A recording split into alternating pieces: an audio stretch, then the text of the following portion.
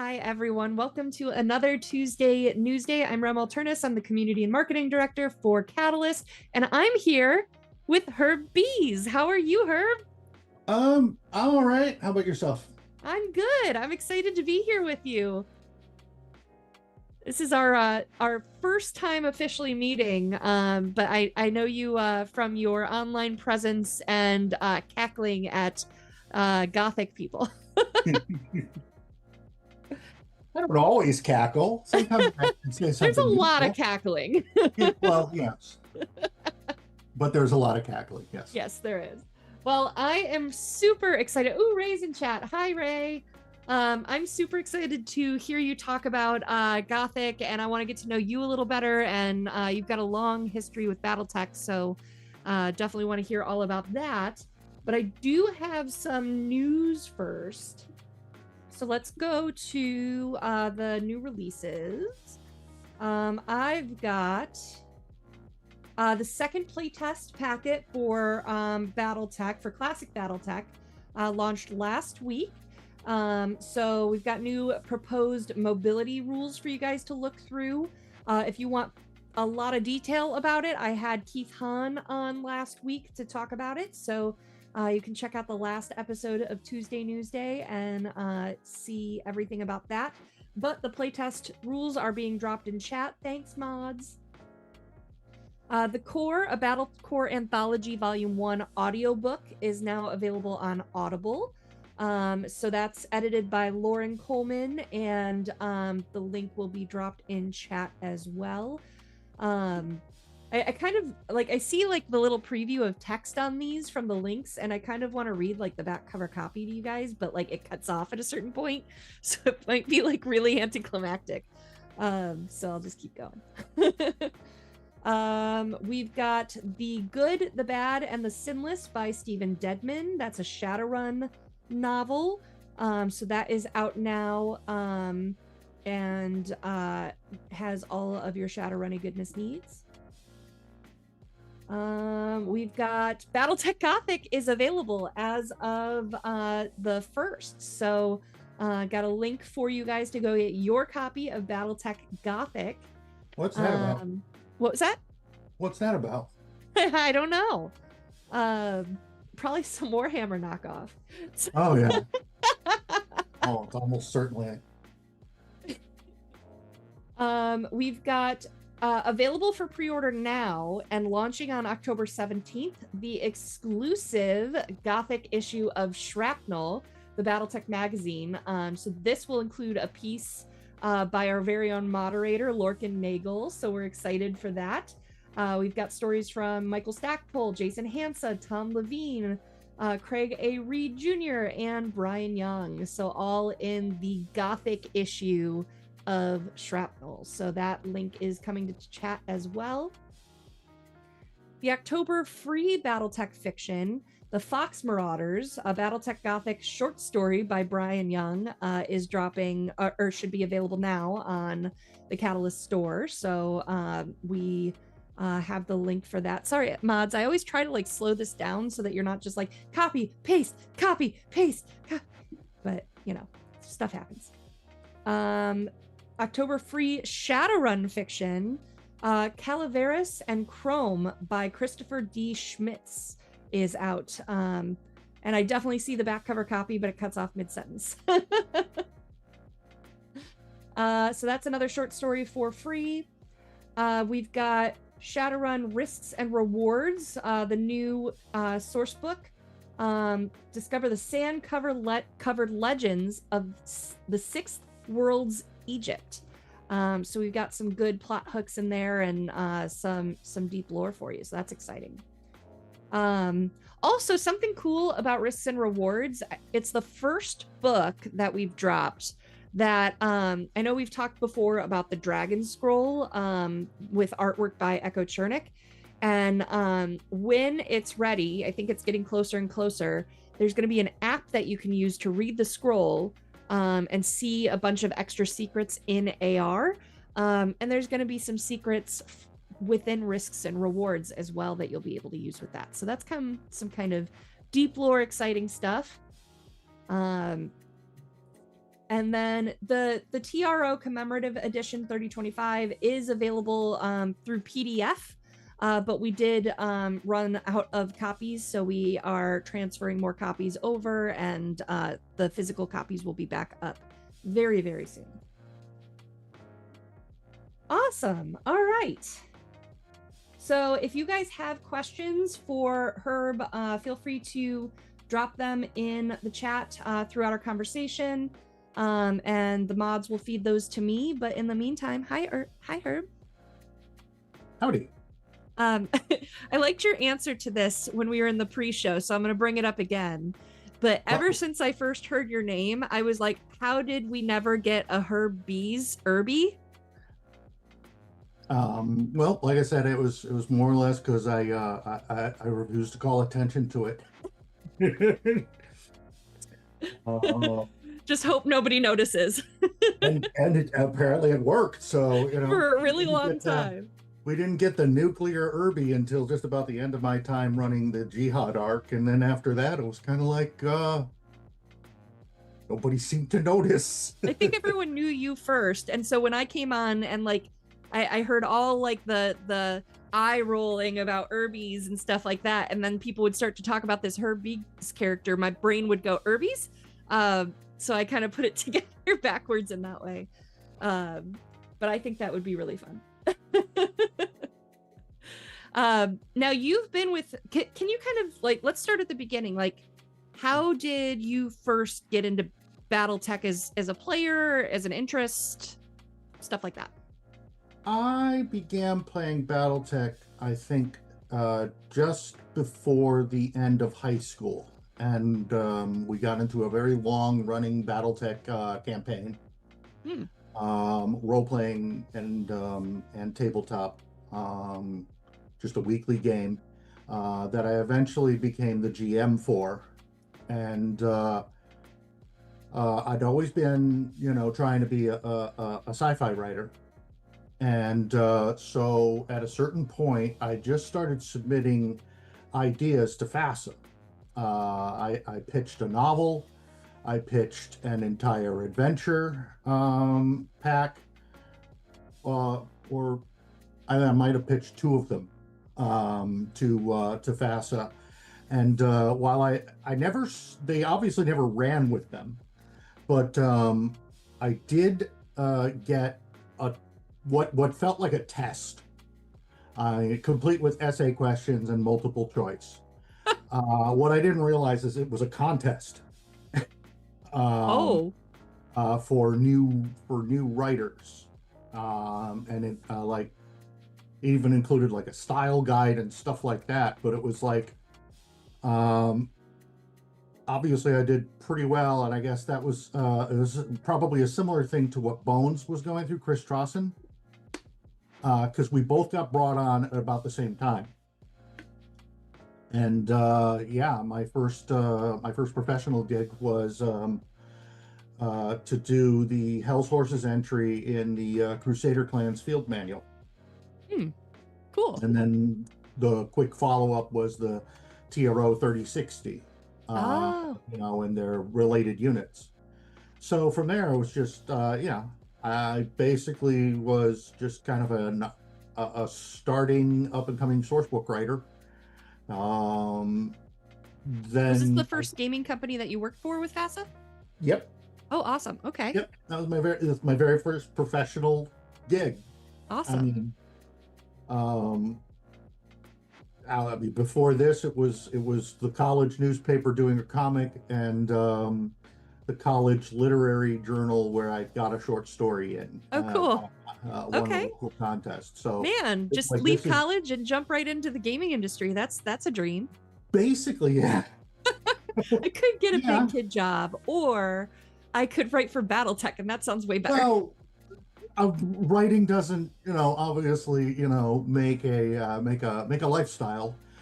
So there's plenty of day jobs on the side. Fair. In all of this. So how long were you? I know you became BattleTech line developer. Was that at FASA or was that in the Catalyst era? FASA had folded. We shifted over to FanPro FanPro US, I should say. And it was during that time that I basically became Randall's assistant line developer. Ooh. Um, and that was about the point that, obviously, because FASA had folded, I was also doing work for WizKids, writing material for WizKids that went on their website for the Dark Age, including the first Touring the Stars, where it was the first introduction of Bertram Habeas, which is not a name that I created. They gave it to me, and I just, okay, they gave a name to this guy, and I had in my head that he was kind of like the historian that you see very briefly in the Monty Python and the Holy Grail. So I just Awesome. had this mental image of that person trying to describe the inner sphere. So it was doing that, doing the planetary write-ups for their interactive map, and some other things, cards, some information on cards or pilot cards and stuff like that. Even did a little for Mage Knight, as I recall. And then, when they shifted to classic BattleTech through FanPro, worked with them, and ended up becoming the assistant to Randall. And there was plans to do the Jihad, but could only get so far into it because WizKids was constantly telling us, don't go this far, don't go this far. So we sat in 3067 for the longest time. Oops. But then, we also came out with, that was also when Battlecore was created. So did some fiction there. And then when we shifted over to Catalyst, when it was fully moved over into Catalyst, that's when, that's about the point where I became line developer. Awesome. How long were you line developer for? I think it's 7 years. Oh, wow. Okay. I think it's 7 years. And how long was this entire period working on BattleTech? I mean, I guess you're still working on BattleTech, so like. And it's kind of weird. It's just kind of like I came back to BattleTech. It's I was gone for a couple of years. Okay. But from the start, from FASA, that was 90. I call it 96 because that's when I would have been writing the material. But the publication is 97. Okay. So, yeah. And then Catalyst opened in 2007, I believe. Am I crazy? Something around there. Yeah. I'd have to look it up. The memory starts to rust after a while. And then you said line developer for 7 years. Did you leave Catalyst at that point? Is that when you took the break?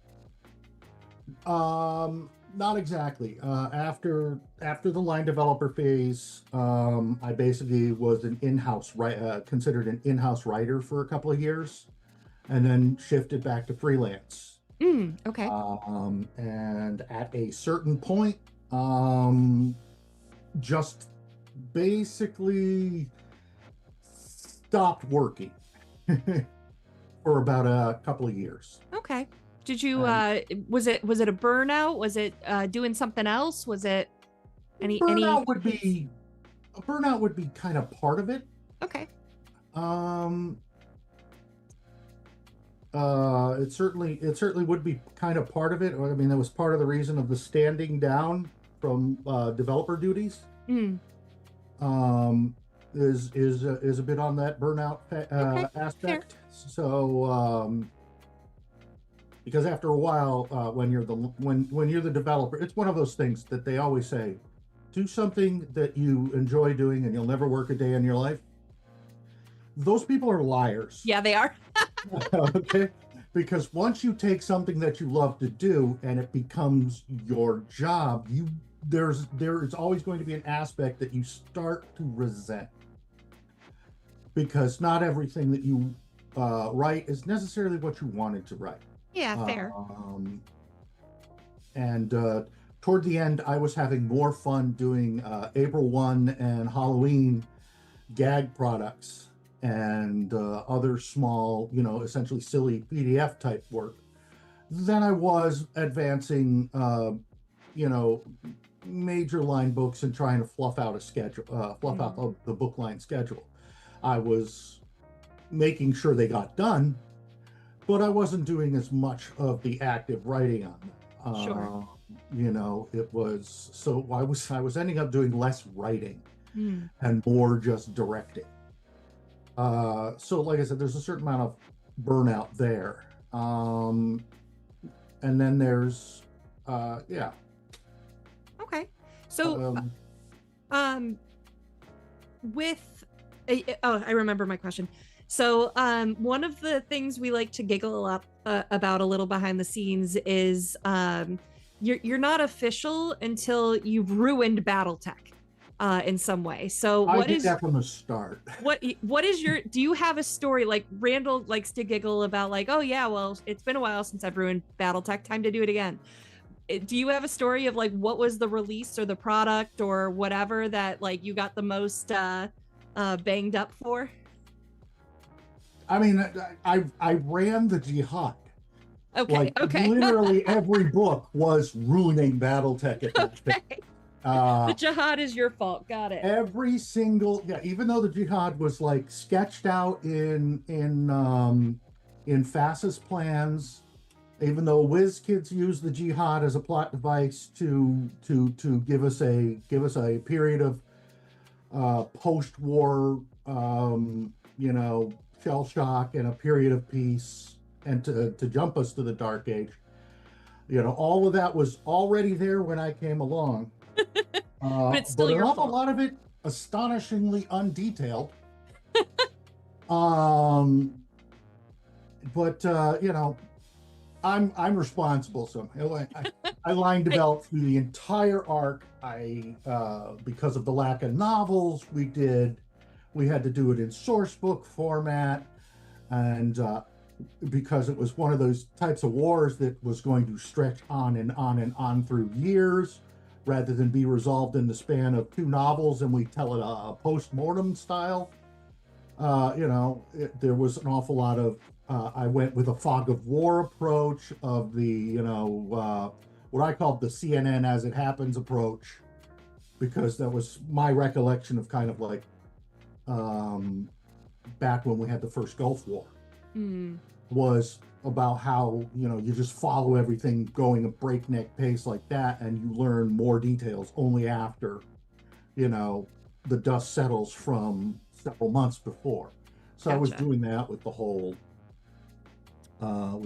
process, because largely we didn't have a fiction outlet for it. So that that whole stretch of period is Herb Ruin BattleTech, with each and every book he put out. I figured you had to have a pretty big history of it in order to have the reactions on social media that you do now. My introduction to Herb, folks, is on the periodically, I get the as I'm scrolling, I get all the Catalyst posts and stuff like that, and I just see comments that are just Herb going ha ha ha ha ha ha ha for like 4 lines. And then I was like, well, I'll add Herb as a friend, and then I start just seeing vague book postings that are just ha ha ha ha ha ha ha ha ha, and people commenting, did someone comment on Gothic again? Yep. So right before we get into Gothic, after your break, did you come back pre-Gothic? What have you been working on since then? And then or has it just been I'll come back for Gothic? When I kind of phased out of working with Catalyst, I toyed with a couple of game concepts that I was coming up with. They were games that I pitched to Catalyst, but Catalyst didn't bite. And I toyed with them. And as I gradually toyed with them more, I'm like, do I really want to put myself in a developer's role again? And they gradually morphed into essentially story fiction. Oh, okay. And I even wrote a full novel for one of them and a half of another one because I didn't want to, I was going to self-publish them. Oh, okay. And I didn't, I mean, I commissioned an artist to do a cover. I paid an editor, went through an entire book, and I'm like, okay, now I want to get a second one ready to go as a follow-up before I publish. And then I hit writer's block about halfway in.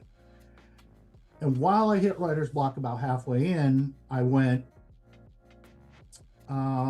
let's see, I started a novel length story all the way back in the Battlecore years based on the discovery of Jardine, which because I became line developer, I didn't have time to go much farther in. And by that point, I basically had only published 2/3 of the whole story through Battlecore. Okay. So the third book, I had it outlined so thoroughly that there was even bits of dialogue ready to go, details on scenes and such like that. And I'm like, you know what? I'm going to finish this. And figuring that I was completely on the outs with Catalyst, I decided I was going to start releasing it for free on the BattleTech forums and the fan fiction board. And I got like 2 chapters in, and all of a sudden got asked, "Why didn't you try to sell this to us?" Ray, I think, came to me and asked me that. Why didn't you try to sell this to us? Because I figured I'd burn bridges. I didn't think we were speaking. Aww. So we got to negotiating, and they bought the third part. So now finally the quest for Jardine was completed. Awesome. And it started with, like I said, I just felt like, I was long overdue for having finished it, even though I knew how it was meant to end. And we had seeded much of the Jihad lore. I had seeded the facts and what became of all this into the lore. So it was already in my mind up here, already finished, but never written out for everybody's benefit to read. Right. So I had done that. And then got it in my head that, I'd just go back to making, fun adventures for Halloween and April Fool's Day. And that's exactly what I ended up doing. I would just write these things, and I'd write them without a contract, without permission, essentially. And I just present them to Ray because it's just like, when it comes to the joke products, what they want is something ready to go that they don't have to invest in and crack a whip for. So basically, they have to be fully written when I present them. And if they say no, well, that also ends up on a fan forum somewhere. For example, Ray did reject my Tetate adventure. So that's on the forums. It's a full blown, a time of war role playing adventure based on the Tetate, the bird people, and other little fun things that I've done on the side as well that are all basically ended up in the fan fiction boards. Awesome. Stuff that I knew I couldn't sell necessarily. But still giving that to the community is fun. But still trying to give it to the community. And if I could get paid for it as well, that's great. So that's when I would try to just say, "Hey, Ray, are you interested in this? Would you want to publish this?" And he'd say yeah or no, as the case may be. And so that's how I basically ended up writing for Catalyst again. I've basically been doing the joke stuff. So speaking of joke stuff, segue. Joke stuff, but some of it's gone canon, so it's not a joke anymore. So how did Gothic come up? Gothic came as a surprise to me. I did not pitch Gothic.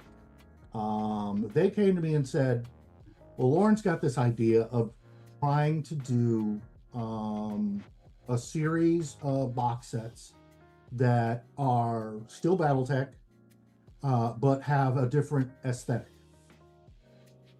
Or like the first one they want to do is a Gothic style. But they're also planning other ones like what we're calling rockets and ray guns, which is more like an atom punk style, and an anime one. And I ended up pitching after that at least 12 different takes on the BattleTech universe. Awesome. I've thrown a World War II pitch in, a World War II style pitch, I should say. I've thrown a Western pitch. I think I threw a Mafia pitch in there. Ooh. There's steampunk, where everything is moving. All the mechs are run by clockwork mechanisms, and there's brass everywhere, things like that. So I threw all that. There's even a fantasy one, which chances are if that ever happens, it's going to look like it's almost going to look like World of Warcraft, I would imagine. With the way the goblins and gnomes in World of Warcraft make mechs that just look like they've been put together with the crudest possible tools, and basically are running by magic. But that's BattleTech for you. So things like that. And that's just it. When he threw it at me, I'm like, well, how would you do this, Herb? I'm like, well, we already have the fun project of Nebula, California, where we literally warp the laws of physics, BattleTech physics. Or we have like Halloween Adventures, where it could have happened in our universe, or, you misjumped into a slightly different universe. We could do it either way. Lauren said, no, play it straight. It's not to be presented from the perspective of BattleTech as we know it. It's a universe unto itself. Okay. So that's why Gothic is not framed as, in-universe fiction, for example. It is literally an alternate BattleTech universe. Right. However, it still, at the end of the day, has to be BattleTech. It has to be recognizable as such. You have to be able to go, well, that's definitely House Steiner, that's definitely House Davian, that's definitely House Merrick, and all of them. You have to see it enough. I explained it to someone else that the way I see alternate realities is the alternate reality can be as weird and as wacky and as wild as you want it, but the joy is in the contrast. So you have to be able to make the contrast visible and easy. If you get too esoteric with it, it's not just an alternate universe. It may as well not be BattleTech. Right. And the goal is it's got to be BattleTech. Yeah. But I also, whenever I make any of my fun projects, it has to bring you something new. Yeah. It has to bring you something crunchy, new, unique, and yeah. Why was Gothic chosen as the first one? Like from my perspective, I don't get to see things really until they're like almost ready to market. I don't know. That was essential. Once again, that was not a choice given to me. That was that was told. But as you approached it, like I know they said play it straight. Was there like obviously, like the way I've heard it is like it's totally like not Warhammer, right? Well, yeah. Like, is it tongue in cheek? Is it an homage? It's like, what was the feeling behind the scenes to set this up? The thing is, I know next to nothing about Warhammer 40K. Okay. The Warhammer setting. I have a friend. I have one or two friends and a nephew who have played it or have dabbled in it. They have explained stuff about the setting to me, and I think my eyes glaze over halfway through because they never get very far, and I never absorb very much. I know mostly what would almost amount to a meme version of Warhammer 40K. Okay. I get this image in my head of clearly steroid-infused muscle men in impractically overdone armor with too many skulls, too many, flying churches, and everybody yelling heresy every 5 words. That's my impression of of the Warhammer 40K setting. I know it's more nuanced than that.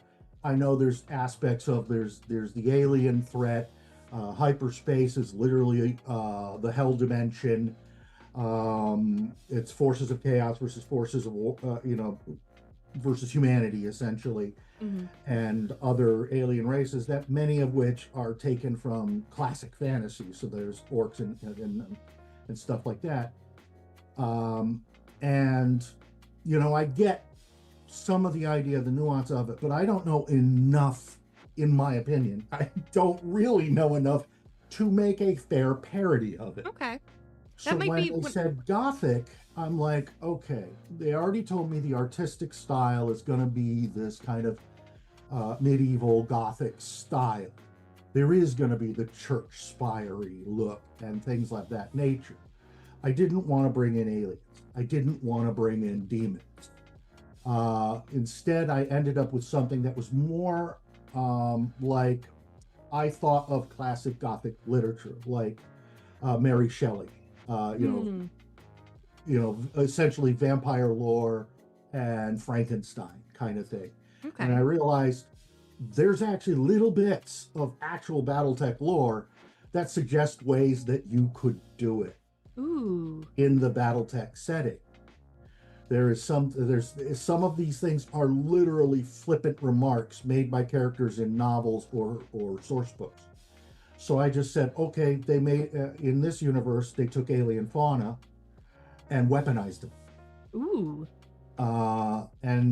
Since I looked at it, I'm like, yeah, but we already had made rules for what organic creatures would do to mechs, and it's not impressive. I'm like, yes, but they'll cyborg them up. And they'll do things that are just not natural at all with these physical creatures to make them a threat to armored units. So I made the little tweak here, little tweak there, and the idea was that essentially mankind made its own existential crisis in the form of monstrous creatures that, if they don't control them, could destroy them. And another thing I like to say when I'm explaining science fiction to people that aren't really into it is science fiction is often the story of someone came up with a remarkable idea to solve a problem, and then the assholes got a hold of it.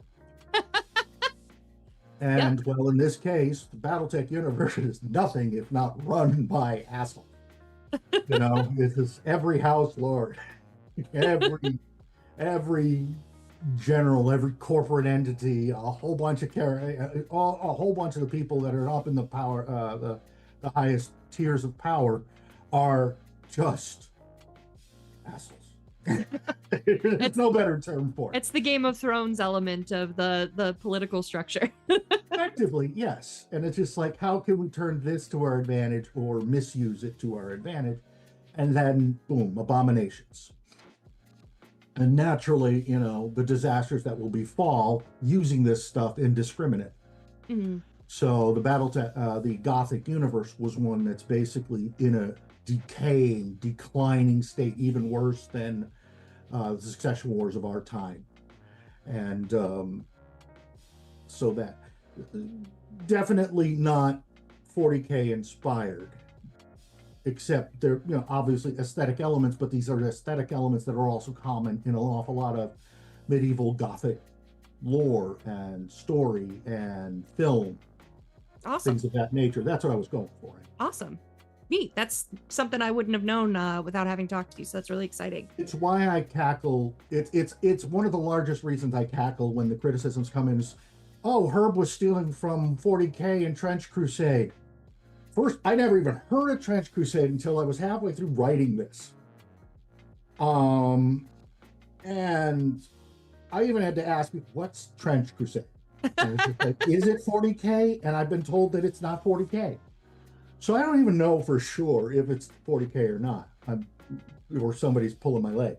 But, and then there's, 40K stuff. Oh yeah, there's going to be every once in a while a little tweak. because I had fun with. I mean, somebody noticed that in the fiction I named a character Wog, just Wog. It's just like, and somebody goes, and the editor went, "I saw what you did there." I'm like, name himself Wog, because that's what the orcs all yell in 40K, according to the various memes I see. It's just a whole bunch of Wog. He named himself Wog. That's about it. Cute. So yeah, that's what makes me cackle. Just like Herb stole from 40K. Herb doesn't know enough about 40K to steal from it. It just, I could not tell you any. I'm told that it came out looking more like Doom, and to a certain extent, I saw that myself while I was creating it, and started to make a fun project where I was calling them Doom Abominations. Aw. So I did make, just for my own amusement, Doom style abominations that I did not publish in the product. Awesome. Now, one of the things, the accusations that people like to make is there it is that Catalyst is spending their existing resources on Gothic and the alternate universes, which is slowing down the main line. And I think we've heard a little from you now that, like, other than like until Quest for Jardine and stuff, you weren't really doing much freelance work for Catalyst. So like you've been it, right? You're the only one working on Gothic. At least, yes.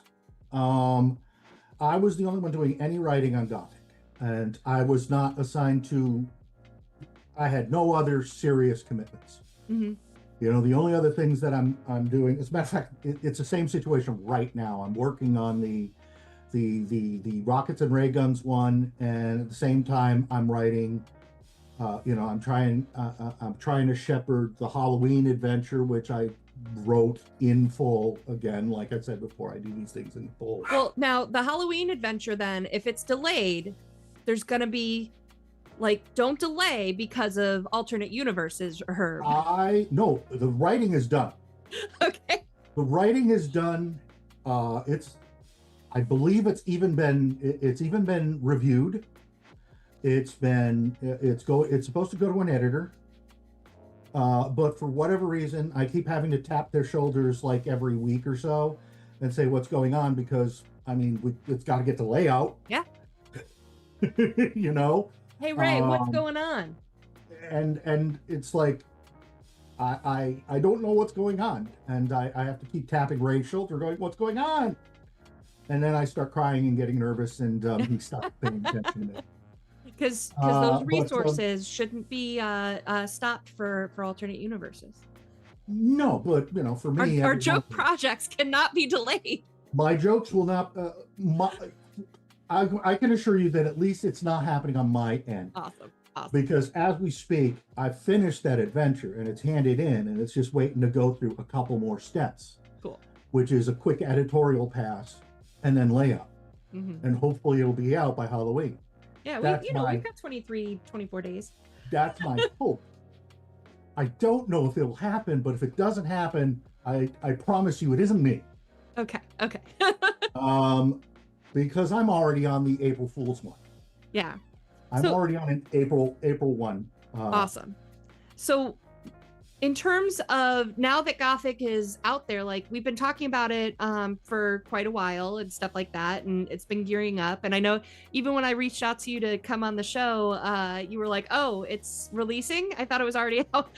Mm-hmm. So like there were. It's like I hear about it and it's just like it's out. Oh, but it was only out for Gen Con. Yeah. Oh, and it also appeared at this con before. I can't remember which one that was. Might have been Adepticon. They might have done a couple copies. Adepticon. Yeah, that was Adepticon. So it was out for Adepticon. It was out for Gen Con. And then it would get mentioned again here and there. I was at... Ray will tell me what this con is, or will tell chat what con this was. But they called it... Internally, they called it BattleTech on a battleship. It was at Fall River in Massachusetts, which I thought was a really inspired choice of locale. I didn't even know that you could do that. So I went and visited them there, and he had salvage boxes to offer, as I guess it was meant for like prize support or something like that. So I knew the figures are out in the wild. I knew that some people had copies of the box set. So when you go, okay, it's not released yet, I'm like, where are the boxes coming from then? Like maybe That 1,000 else people has. have minis, but that's it. Because I don't have a box.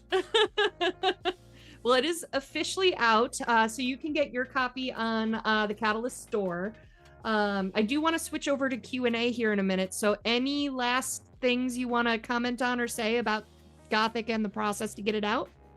I will once again revisit the question you said about resources being tied up.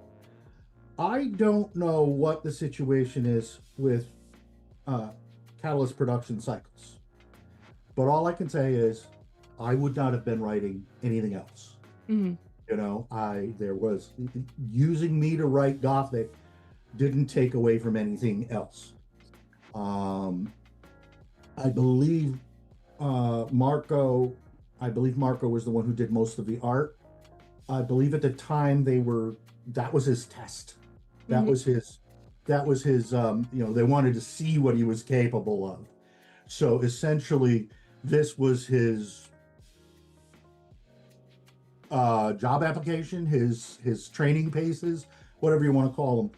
So I have a feeling he wouldn't have been doing anything else either. So that's a lot of the work right there before they put everything in the final stages of development. So I really don't think we took away anything that was anything from anything that was urgently going on.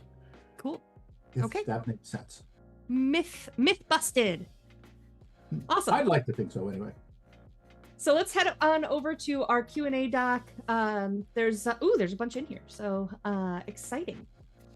So for Herb, what was your favorite unit or named character or major city to nuke and why?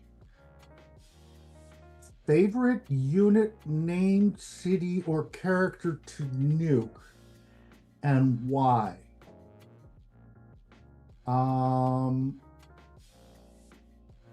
There are so many. That was from Aaron K. Hall too. So there's so many. If we're talking about the Jihad, or are we talking about anywhere? Anywhere. Every nuke that hit Texas in the Jihad was near and dear to my heart. I think there were nukes that hit certain cities that I didn't even think about.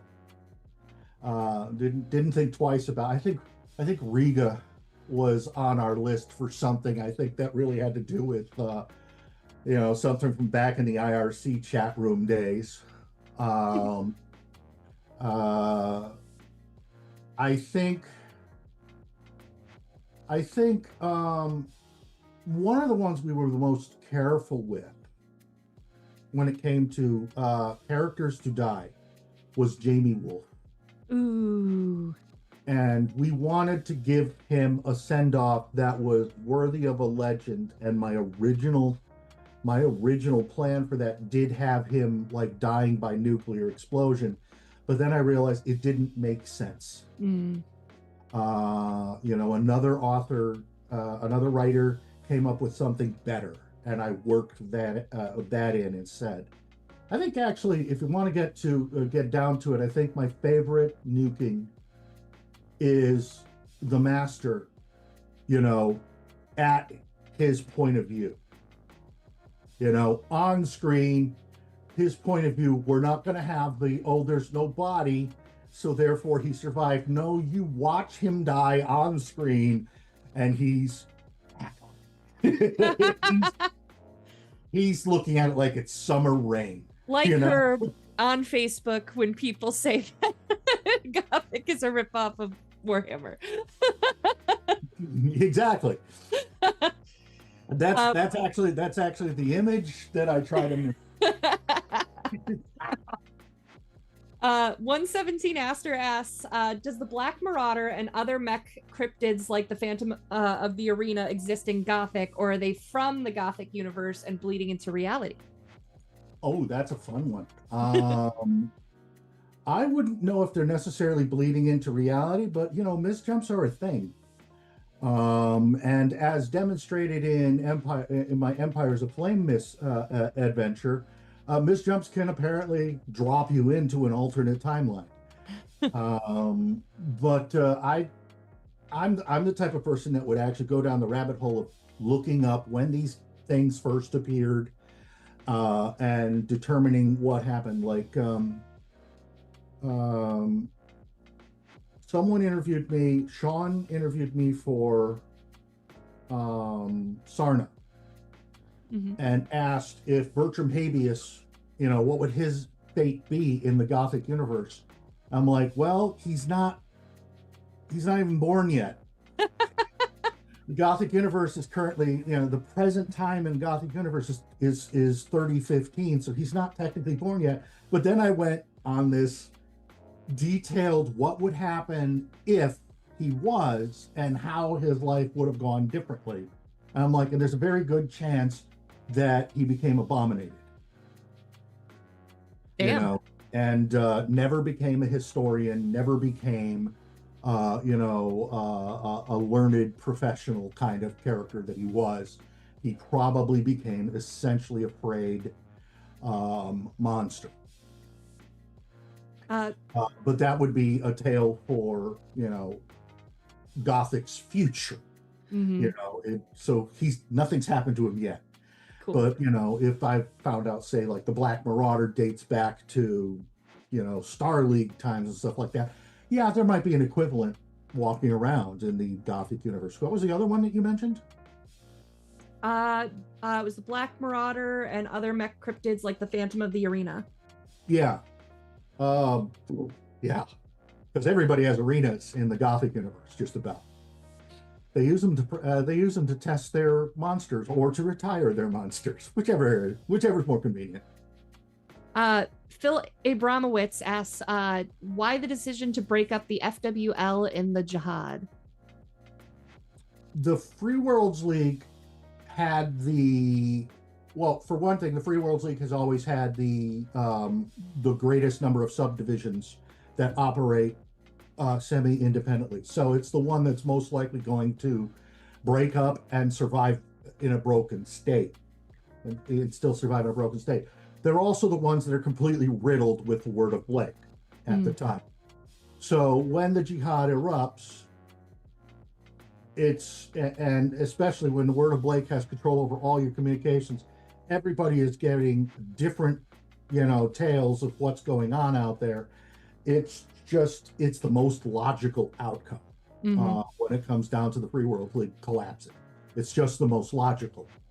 And it doesn't help when it turns out, after all this time, that the person who's been running the show for the last, generation and a half isn't even who he says he is. That's going to really mess up a government. It certainly destroys the Merrick continuity of leadership when they find out, oh, Thomas Merrick isn't Thomas Merrick. So we have not actually had a Merrick on the throne since Janos. That's how it looks to me, and it makes perfect sense for them to have broken up and yet at the same time lingered. Kalos's Gaming Table asks, the Jihad had a pretty maligned era for the Jihad was a pretty maligned era for BattleTech. If you had to do it over again, what would you do to improve the perception of it? It's hard to make any I'm not sure if we could have done novels at the same time. That would have been great. That's probably the biggest thing we were missing. So we're telling the story again. We can't tell it in a post-mortem fashion like most other BattleTech source books on wars. You have to tell it as it happens. When it comes to the Jihad, that's probably part of it, because a lot of the anger and confusion, well, for one thing, was everybody knew where it was going to lead. Mm-hmm. Everybody knew it was going to lead to the Dark Age. And the fans of the Dark Age and the fans of classic BattleTech at the time were at odds. It was a whole different it was almost a whole different demographic. It was the idea of trying to get a younger generation of players who want a faster playing game, stuff like that. Mm-hmm. So that was part of the reason that I felt people didn't like it. But the other is the continuous fog of war and rumor mill. So the question is, well, what's really happening? Well, you were always told in the next book the timeline would be updated with truthful information, because each book was set 2 years later. Mm-hmm. And told you what was really going on. And then there were some aspects that you could never know, not from the perspective of the universe that these books come from. Like, no one ever knew all the details. Mm-hmm. And some mysteries would remain for literally decades, as established in later lore. So that was one of the other challenges of the Jihad, is I'm writing for continuity in 2 directions, forward and back. And it all had to fit. Fair. Or we're all writing, because every book was a team effort. So go ahead. Did you want to finish? So if the question comes down to what would I do differently, almost nothing, unless we had novels. Cool. Prussian Havoc asks, do you consider yourself to be the first Wabi, or is another faction your favorite? Picking a favorite faction is also the kiss of death when you're a writer or developer, because stories rise from conflict and hardship. So when you like something, you beat the hell out of it as a writer. I've always liked House Steiner. I've always been a fan of House Steiner. I have, the Hell's Horses will always have a favored place in my heart. And yeah, I really kind of like the Word of Blake, but I had to get into the Word of Blake's, head and fill in an awful lot. Like I said, there were an awful lot of blanks when the Jihad was first put out. And one of them was, why the hell are they doing this? Why the hell did they arm up for this if it was going to be triggered by something they didn't anticipate? So an awful lot of aspects of Word of Blake motivations I had to create whole cloth to make it work with the Jihad. So for example, the Word of Blake's determination that the clans, were the ultimate threat to be dealt with. That wasn't in the original documents that said the Word of Blake will launch a Jihad now. Yeah. It's just but why? And there had to be something. So because of that, obviously I would be feeling, favorable toward them, but I also realized they had to die. Mm-hmm. It's they are destruction incarnate. They have to go away, or the universe can't progress. So I've even developed an affinity for or sympathy for the Capellans over the years. Yeah. Originally, I took them in the same way in their original 1984 incarnation was, but then I went, there's more to them. There's more depth in that thing. And there's reasons for why they are the way they are. That make absolute sense. So, basically, one way or another, I like them all. Awesome. Andrew Dickinson asks. Andrew Dickinson asks, rockets and ray guns, can that be converted to Crimson Skies? Rockets and ray guns, I would not convert to Crimson Skies. Crimson Skies is begging for it. Let's first lay the biggest problem on the table. Crimson Skies is not owned by Catalyst. Correct. Catalyst has no access to that IP. It is entirely in the hands of Microsoft. If there was any way to do a Crimson Skies type setting in a BattleTech Continuum product, I would put it with the World War II diesel pump type setting. Fair. Because that's where it was set. Crimson Skies was supposed to actually see World War II happen on schedule in its plot arc, which was literally like what I want to say about 2 years. I actually have some Crimson Skies books right here. I want to say it was like 2 years, like set 2 years before the World War II was going to begin. And so I would have loved to have seen those source books happen, but obviously they didn't. Yeah. Okay. Billy asks, which rejected alt universe was your favorite? Rejected alt universe was my favorite. Well, for one thing, it's important to note that except for the Tatate adventure that Ray passed on and that I put out for free, none of my alt universes have been rejected outright yet. Ooh. They're just not. They're not acting on them yet. Yeah. That's. Do we know? Has anybody said like how many there will be, or is that still kind of in the air? That's in the air. Okay. I mean, obviously, it will depend on how successful the line is. Now, from what I'm hearing, Gothic is selling incredibly well. I keep hearing when they showed up at the cons, they sold out. Yeah. So I don't know how it's going to be now that we're at regular sale right level, but they're going out, and evidently when they go out to retailers and stuff like that, they're vanishing fast. And the reception has been so much that, from what I'm told, from what I'm hearing, they're going to actually make minis for the Abominations, which was pie in the sky. Yeah. I certainly did not expect that when I was writing their rules. I expected them to do them as standees. Yeah, we're going to get a force pack. I pitched them as little cardboard standees, but now evidently there's going to be a force pack.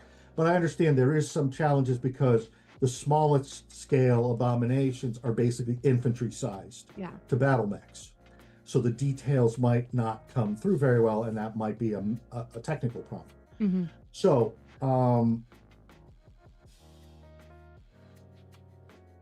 what was the question? The rejected alt universe. Oh, rejected alt universes. So I guess if you want to talk rejected alt universes, that would be the Tatate adventure, because it was actually set in. It's actually set in far, far future BattleTech. It's set in, I believe, the equivalent of like the year 8000 or something like that.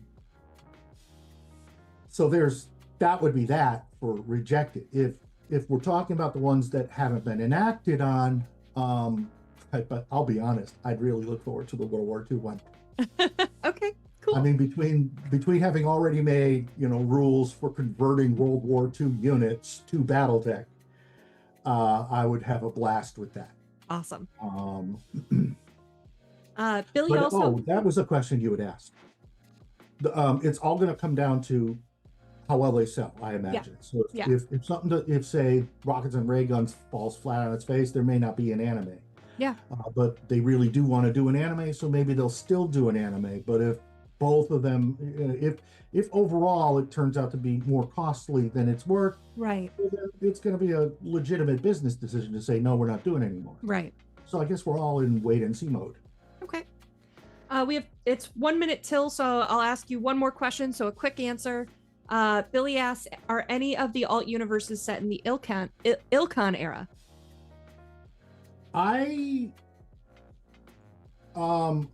It's first to there's no guarantee that I'm going to run any of them, or all of them, I should say. There's a very good chance, for example, that I won't even do the anime one, or I'll have only like a secondary role in the anime one. I have been aiming at 30/20s because 30/10s, 30/20s, that kind of thing. Because at the moment I've got the Rockets and Ray Guns one is being aimed at a 30/20 present time, but so the reason for that is that's introductory tech rules, basic BattleTech, because there's only so much we could cram into a box before the box explodes. And so you want to keep your rules close to standard BattleTech play. So once you get to the Dark Age, there are so many fancy pieces of equipment with so many specialized rules. Things are going to get messy. I won't say it's impossible, but you know, I would tend toward the simpler times of the 3020 to 3050 period. You know, when it's Intersphere, Starleague Tech, and the first wave of Clan Tech. Then anything that starts to show up, so basically Jihad and later. Yeah. And you start dealing with off the scale stuff. Fair. Okay. Well, Herb, there were a lot of questions for you. I know there were a couple I didn't get to, and there were a whole lot of questions that weren't for Herb, so I'll try to get to some of those next time. But it was a great conversation, Herb. Thank you so much for your work on this. What an exciting, fun project, and we'll hope to have you back on for the next release. Where once again Herb Beas ruins BattleTech. So. Yes, Herb Beas ruins BattleTech. Well, thank you so much for being here, Herb. Thank you guys for being here. Next week I am on the road, but so far I think I should be able to make it here unless something happens and I need to be on a plane. So stay tuned. We'll see you guys hopefully next week. What? Who are we talking to? Who are we talking to? So thank you guys so much for being here, and we will see you next time. Bye. Still waving.